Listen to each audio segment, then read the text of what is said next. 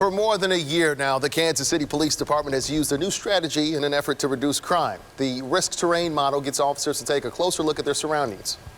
Instead of looking at where crimes have occurred or crime data, we're taking a look at environmental features of neighborhoods, larger areas throughout the city.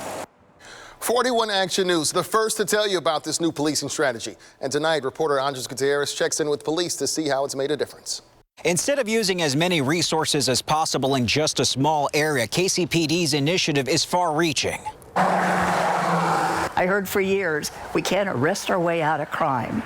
But what we can do is we can get invested in those spaces and make less crime happen. And so when Kansas City Police presented a possible solution to Bobby Baker Hughes and her team at the Northeast Kansas City Chamber of Commerce, they jumped on it. Sitting up in our front offices with the big windows that watch the avenue, we see different things today. Over the last year, the area around Independence Avenue and Maple is one of more than a dozen pockets KCPD has deployed the so-called risk terrain model. Anything that you can see with your eyes when you're walking down the street, if that can play a role in contributing to crime in some way, those are the factors we're hoping to address with this intervention. Captain Jonas Boffman discovered the predictive policing technique that blends sophisticated software and community support. Case in point, a bus stop at 34th and Troost. It was kind of contributing to loitering. There were drug sales going on at some businesses nearby.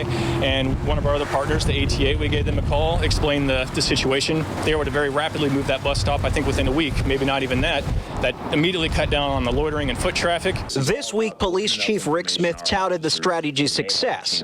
There's been 165 less violent crime victims, or a 24% decrease in areas where they've used the model. The data analyzed by Rutgers University, who's guided Kansas City's finest with this initiative. The 165 crimes that were prevented in Kansas City could amount to over $3 million in cost savings to both the criminal justice and local healthcare systems in Kansas City. And KCPD didn't have to pay for overtime, apply for grants, or even create special squads to roll out the strategy that they plan to keep. In Kansas City, Andres Gutierrez, 41 Action News.